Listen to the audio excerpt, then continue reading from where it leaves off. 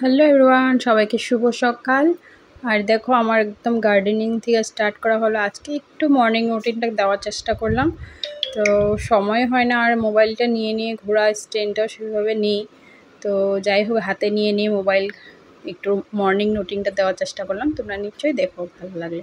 তো দেখো আমার কিভাবে গোটা হচ্ছে, আমার মুখে থেকে গোটা কমেই না, যাই না কেন। তো সকাল সকাল স্নান করে, আজকে জলদি স্নানটা হয়ে গেছে, অন্য সময় একটু দেরি হয়, আজকে জলদি উঠেছে, তার জন্য জলদি স্নানটা করে ভাবলাম আগে ঠাকুরটা দিয়ে নিই। স্নান টান করে একটু মুখ ধুয়ে, আগে ব্রাশ না করেই আমি আগে স্নান করে নিই। এটাই হলো আমার, যখনই স্নান করি। তো স্নান করে ব্রাশ শেষ করে তারপরে একটু পুজো সুজো দিয়ে নিব। মর্নিং রুটিন সবে দেখতে ভালোবাসে কিনা যাই না, কিন্তু কিছু কিছু ভালোও লাগে আর কিছু যেমন মানে ভিডিওটা ইন্টারেস্টিং হতে হয়। তাই আমার ভিডিও সত্যি বলতে একদম কোনো ইন্টারেস্টিং হয় না, সত্যি কথা বলতে। কেন কি আমি সেভাবে ভিডিও করতেও পারি না, ভিডিও এডিটিংও করতে পারি না, জাস্ট ট্রাই করছি, এখনও শিখছি, এখনও শেখা বাকি আছে অনেক কিছু। তো যাই হোক, তোমরা একটু মানিয়ে গুছিয়ে নিবে আমার ভিডিওগুলো যদি ভালো লাগে। আর দেখো আমার স্নান হয়ে গেল, স্নান করে ভালো করে ড্রেসটা চেঞ্জ করে নিলাম। আর এখন একটু ক্রিম মেখে মুখে তারপর ঠাকুর ঘরে গিয়ে ঠাকুর পূজা দিব। আর আমার অনেকটা কাজ আছে, অনেক কাজ আছে এদিকে। তো দেখো যখনই এডিটিং করি মেয়ের কথা পাবেই, তো ও তো থাকবে আমার সাথে, তাই না? তো একটু দিকদারি করে, তার জন্য আরও একটু বেশি ওকে যত্ন করাটা বেশি ইম্পর্টেন্ট আমার ভিডিওর থেকে। তো যাই হোক, ভিডিওতে মানে আগ বাড়ি না বাড়ি এই রাস্তায় যাই না। তো যাই হোক, আমার মেকআপ হয়ে গেল। সকালে ছোট্ট একটা রুটিন, ক্রিম লাগিয়ে লিপ বাম লাগিয়ে তারপরে চলে যাই আমি কাজকর্ম করতে। সকাল থেকে উঠতে আমার যদি ডেইলি মানে একজন ক্যামেরাম্যান থাকতো না, ক্যামেরা ধরে দিত, তোমরা দেখতে পারতে আমার মর্নিং মানে সকাল হওয়ার স্টার্ট থেকে, মানে সকাল হওয়ার শুরু যখন থেকে হয় তখন থেকে যে কিভাবে কাজ করি, মানে দৌড়িয়ে কাজ করি। তো এতটা হয়রান হয়ে যায়, একদম টাইম হয় না। তো ভিডিও করতেও একটু টাইম লাগে, ক্যামেরাটা এখান থেকে এখানে করবো, এখান থেকে এখানে করবো, যারা ভিডিও করে তারা জানে। তো সেভাবে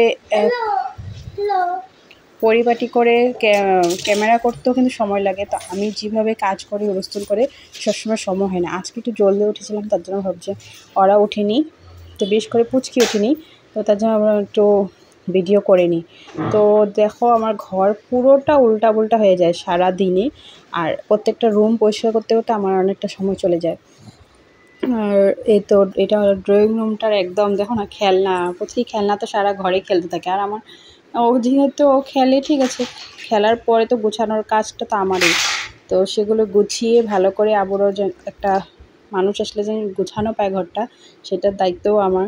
তো দেখো খেলনা কত, এই তো আরও আছে খেলনা। যখন খেলনা সব বের করে না, আমার তো মানে ওর খেলনা দেখে ভয় লেগে যায়।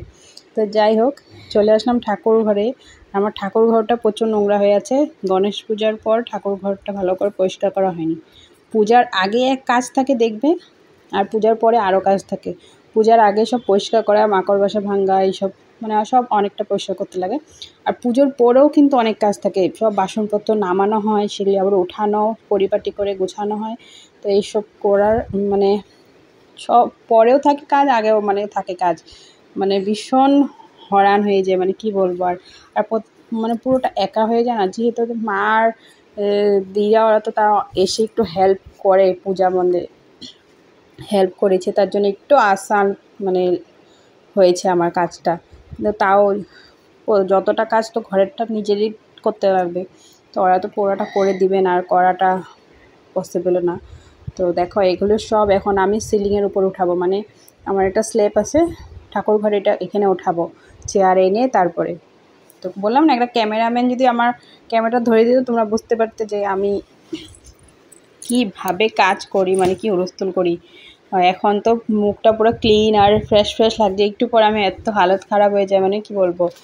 মানে যখন থেকে উঠি একদম দুপুরে যাই বিছনায়, কখনো যেতেও পারি না, একদম রাত্রেই বিছনাতে উঠি। আর তো এই দেখো আমি কিন্তু এই তো সব ঠাকুর দিয়ে সব কাজ শেষ করে আমি 10:30 পৌনে 11টা বাজে চা খাচ্ছি, মানে চা কি দুধ ছাতু আর পেটিস খাচ্ছি। এটা খেয়ে একবারে 3টা থেকে আবার ভাত খাবো। এসব কাজ করে তারপর ভাবতেও পারিনি যে আজকে আবারও মানে মেয়ে এত বড় একটা ব্যথা পেয়ে যাবে। সকাল সকালটা ভালোই যাচ্ছিলো, কিন্তু মেয়ে ওঠার পর ও যে এতটা বড় ব্যথা পেয়ে যাবে তোমরা দেখো। যে ভিডিওর লাস্টে দিয়েছি, একটুখানি ভিডিও করেছিলাম। তো কি বলবো, মানে ও এতটা উৎপাত করে আমি আর মানে সামলে উঠতে পারি না। আমি রান্নাই করবো না, ওর পিছে পিছে ঘুরবো ওকে দেখে। তো জানি বাচ্চা মানে চোটপাটটা করে, আর ও একটু ব্যথাটা বেশিই পায়। তো দেখো তোমরা কীভাবে ব্যথা পেয়েছে, তো অনেকটা খারাপ লেগেছে ওকে।